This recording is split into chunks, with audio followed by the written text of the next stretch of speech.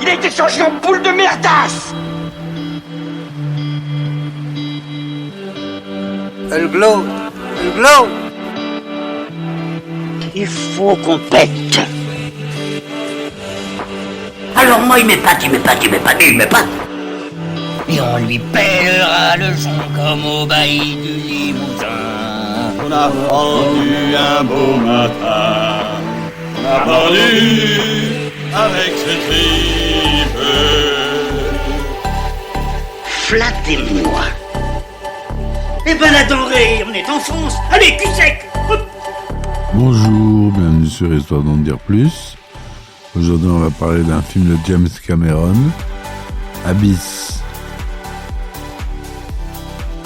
Allez, c'est parti mon kiki.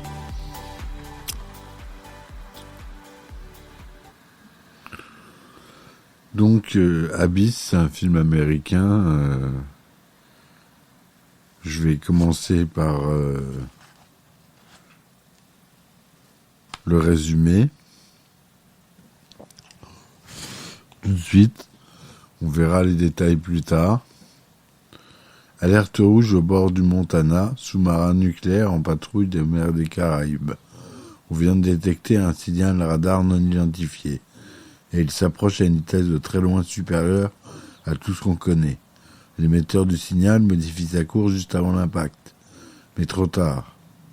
Emporté par le remous, le submersible se fracasse contre une paroi rocheuse, prend l'eau en quelques secondes et bascule dans le gouffre du Caïman, un des abîmes les plus profonds de la planète. Priorité numéro 1 pour les autorités militaires, localiser la précieuse épave afin de récupérer armes et documents secrets. Mais un orage gronde à la surface, rendant impossible toute opération de renflouement. Il ne reste plus qu'une solution, contacter Deepcore 2, une plateforme de forage expérimentale installée au fond de l'océan à une trentaine de kilomètres de là, et miser sur son matériel de pointe, ses véhicules amphibies et ses 10 membres d'équipage, avec l'accord du Baltic Petroleum, la compagnie responsable du projet Deepcore. L'US Navy délègue un petit groupe chargé de réquisitionner toute l'aide humaine et technique disponible sur la plateforme. Passionné de ce plongée sous-marine, le scénariste metteur en scène James Cameron se devait de réaliser Abyss, sorti en 1989. Ce sont les reportages du commandant Cousteau qui m'ont inoculé le virus. J'ai obtenu mon diplôme de plongeur certifié à 17 ans, et depuis ce jour, j'ai envie de mêler le cinéma et plonger ne m'a jamais quitté. Je voulais faire le film sous-marin absolu. Mais que montrer? La beauté des coraux, la férocité des requins? On avait déjà vu ça 100 fois. Ce que je voulais, c'était pénétrer un univers extrême qui me fascinait depuis toujours. Je voulais m'enfoncer dans l'océan. Peu après la sortie d'Alien, Cameron se mit à esquisser les personnages et des situations en vue d'un thriller aquatique avec sa productrice Gail Ann Hurd. Il présentera un projet détaillé à la 20th Century Fox qui s'engagea sur la base d'un budget raisonnable à financer le film après approbation du scénario définitif. À partir d'une nouvelle approbation qu'il avait écrite à l'université, Cameron développa donc une intrigue essentiellement située dans un habitat sous-marin bloqué à plus de 500 mètres de profondeur. J'ai assisté pendant mes études à un séminaire scientifique où les orateurs parlaient un peu de tout. L'un d'entre eux, un plongeur professionnel, a évoqué une expérience durant laquelle il est resté 45 minutes sous l'eau, les poumons remplis d'un liquide spécial. Ça m'a soufflé. Ce gars-là s'était servi de ses poumons comme de branchies. C'est après le séminaire que j'ai pensé à mon histoire de savant isolé dans un centre de recherche à 2 pas du gouffre du Caïman, équipés de costumes leur permettant de respirer le fameux liquide. Ils sondaient les régions les plus inaccessibles de l'océan, et ceux qui se risquaient dans l'abîme n'en remontaient jamais. Bien que le titre et le point de départ du scénario rappellent la nouvelle de Cameron, je n'ai conservé que l'idée de base. Le public d'aujourd'hui se fiche éperdument des bavardages scientifiques. Mes personnages sont de simples ouvriers embarqués dans une opération militaire et ils essaient de comprendre ce qui a bien pu arriver à ce sous-marin nucléaire, sans douter d'extraordinaires révélations qui les attend. Pour préparer le public à l'extraordinaire en question, Cameron a consacré tous ses efforts à la création d'un sous-marin à la fois artificiel et totalement cohérent. Dans le film, l'imaginaire fonctionne sur 2 niveaux. D'une part, il n'existe pas encore de plateforme de forage sous-marine et il faudra attendre une dizaine d'années pour en voir. D'autre part, ce qui arrive aux ouvriers de cette plateforme relève du fantastique le plus pur. Pour que le public accepte mieux cette bifurcation, j'ai tenu à ce que l'environnement, bien que légèrement futuriste, soit aussi proche que possible de la réalité. Les dialogues sont parfaitement contemporains, les costumes aussi et le décor s'inspirent de plateformes semi-submersibles que l'on utilise actuellement. Les techniques évoluent si rapidement qu'on ne peut plus faire la part de ce qui relève du possible ou de la fantaisie. Nous vivons aujourd'hui dans un monde de science-fiction. Nommé à l'Oscar des effets spéciaux pour SOS Fantôme et Poltergeist 2, John Bruno fut un des premiers techniciens importants contactés par Cameron. Ancien collaborateur de ILM, Industrial Light and Magic, et de Boss Film Corporation, il avait abandonné depuis peu les effets spéciaux pour se consacrer à son premier film, Lone Wolf and Cube, une histoire de samouraï japonais transposée dans l'Ouest américain. J'avais rencontré 2 fois James Cameron, après une projection d'Aliens et pendant une convention d'effets spéciaux au Japon, se rappelle Bruno. Nous sommes restés en contact et quand la mise en chantier de l'Abyss s'est concrétisée, il m'a parlé d'une éventuelle collaboration et m'a demandé de l'aider à établir le meilleur générique technique possible. Il savait que le film plaçait la barre très haut et il comptait sur moi pour se fier à une compagnie d'effets spéciaux exceptionnelle.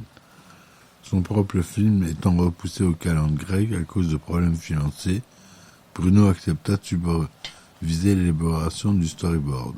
J'ai engagé Phil Norwood pour m'assister et ce que nous sommes lancés. Pendant ce temps, Jim essayait de me persuader de prendre en main les effets spéciaux. J'ai beaucoup hésité avant de m'engager à fond, vu que mon projet n'avançait pas. J'ai finalement dit oui et je me suis mis à la recherche de l'oiseau rare. Une tâche difficile en vérité. Il fallait d'abord entrer le storyboard et tous les plans d'effets spéciaux sur ordinateur, puis les rassembler en une espèce de livre et les envoyer aux principales compagnies pour qu'elles puissent nous communiquer leurs estimations. Le plus difficile a été de ramener le budget des effets spéciaux à des proportions humaines. Comme Jim et moi nous avons parlé la première fois, je lui ai dit qu'il faudrait environ 8 millions de dollars pour visualiser ce qu'il avait en tête. Il a refusé tout net. Eh bien, les premières estimations que nous avons reçues proposaient presque le double. La plus basse était de 13 millions de dollars. Et la plus élevée de 16, frémit encore Cameron.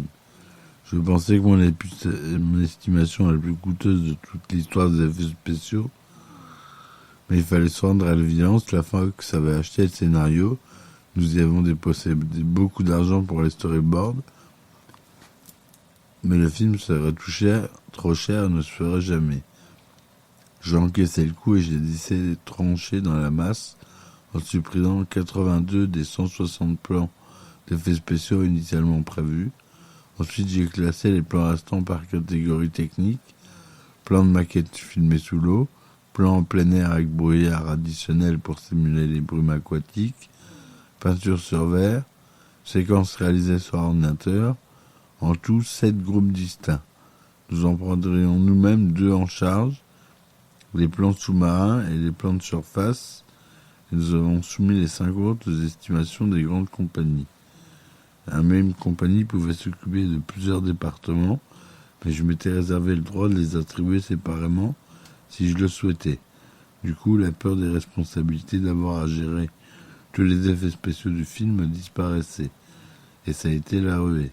Sans doute la compétition la plus acharnée dans ce domaine depuis l'invention du cinéma. Inutile de préciser que les meilleurs techniciens du monde se sont proposés. Au bout du compte, Dream Quest et Industrial Light and Magic ont émergé du lot. Le processus était lancé et Abyss pouvait entrer dans la phase active de son élaboration. James Cameron et Gail Heinherd, tous deux plongeurs confirmés, n'ont envisagé de filmer Abyss ailleurs que sous l'eau. Pas question de voir des acteurs en costume déambuler sur des plateaux enfumés. Ce serait la réalité ou rien. Mais avec ses 40% de séquences sous-marines, le tournage s'annonçait déjà comme le plus élaboré et le plus difficile du genre. Pour un film d'une telle envergure, Cameron jugeait indispensable la participation d'une certaine personne. Il a tout fait pour se l'assurer le plus rapidement possible. Directeur de prise sous-marine depuis plus de 30 ans, Al Giddings a travaillé sur des douzaines de films dans les grands fonds et jamais plus jamais. Personne dans la profession ne lui arrive à la cheville. Sitôt engagé, il passa en revue tous les lieux de tournage possibles. Je n'ai jamais envisagé de filmer dans l'océan, précise Cameron. Si l'idée m'a traversé l'esprit, ce devait être un moment de déprime. J'avais voulu tenter l'expérience sur Piranha 2, mon vilain petit canard. L'avion a installé un décor sous-marin dans l'après-midi, et le lendemain matin, nous sommes allés ramasser les débris. Une lame des fonds avait tout emporté. L'océan est l'ennemi des cinéastes. Pour Abyss, il fallait un réservoir.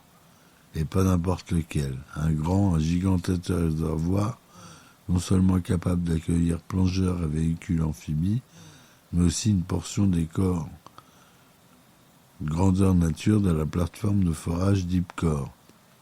Nous avons fait le tour du monde, dit Gail Heinherd, sans trouver les réservoirs à la mesure du film. La plupart d'entre eux n'étaient trop petits, et les plus grands n'offraient ni la propreté, ni la luminosité, ni les conditions climatiques nécessaires à un tournage sous-marin. La température de l'eau est d'ailleurs un facteur essentiel.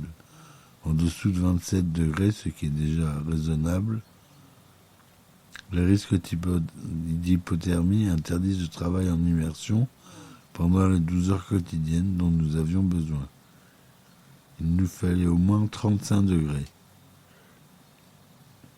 Il était bien entendu impossible de construire un réservoir pour les besoins du film, mais si on pouvait assainir, remplir d'eau et convertir en studio un conteneur quelconque, les choses seraient plus simples.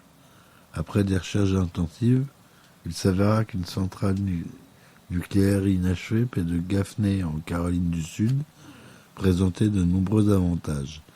Malgré un investissement initial de 700 millions de $, la Duke Power Company avait brutalement cessé les travaux, ne laissant sur place qu'un capharnaüm de bâtiments inachevés et d'entrepôts préfabriqués.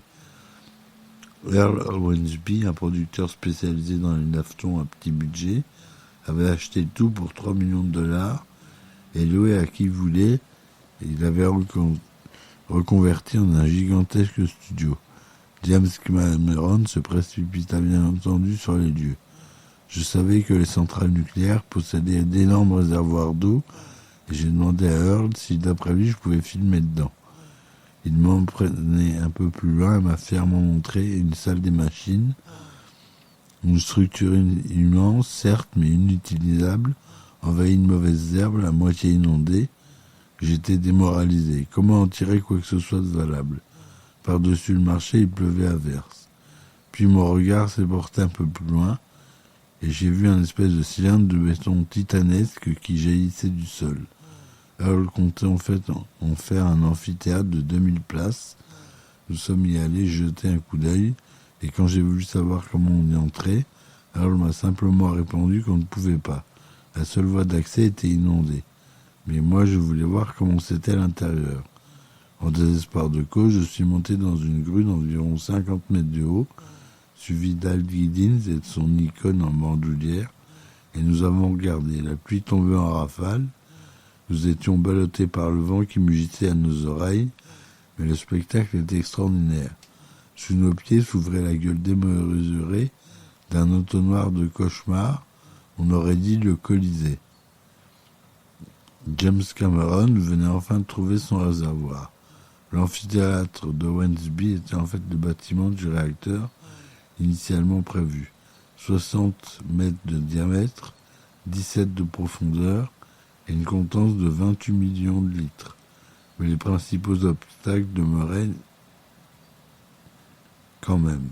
Nous avons commencé à prendre la centrale au sérieux, dit Gale Earl, à partir de ce moment où Earl a accepté de transformer l'enceinte de confinement et le bâtiment du réacteur en réservoir, à l'intérieur desquels nous pourrions filmer. Ce qui ferait d'ailleurs pas une mince affaire. Il fallait colmater les brèches qui lacéraient le béton, ensuite retirer toutes les échardes métalliques, et enfin, bien sûr, installer des systèmes de pompes, de filtres et de climatisation. Des experts industriels sont venus sur place, nous ont donné le feu vert et nous avons foncé.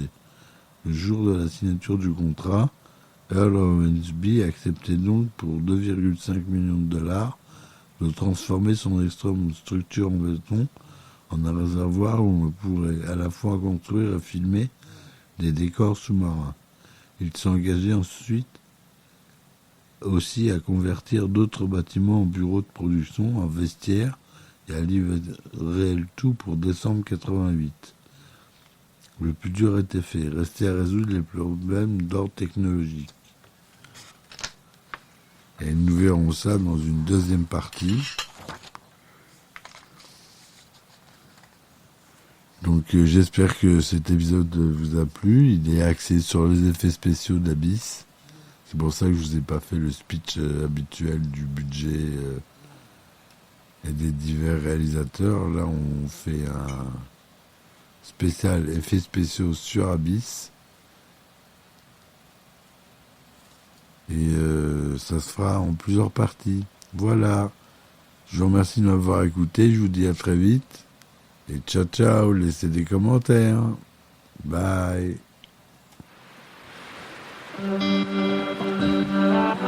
Il a été changé en boule de merdasse. Le glow. Il faut qu'on pète. Alors moi, il m'épate. Et on lui pèlera le son comme au bailli du Limousin. On a rendu un beau matin.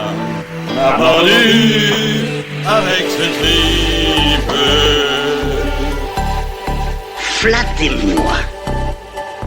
Eh ben la denrée, on est en France. Allez, cul sec. Hop.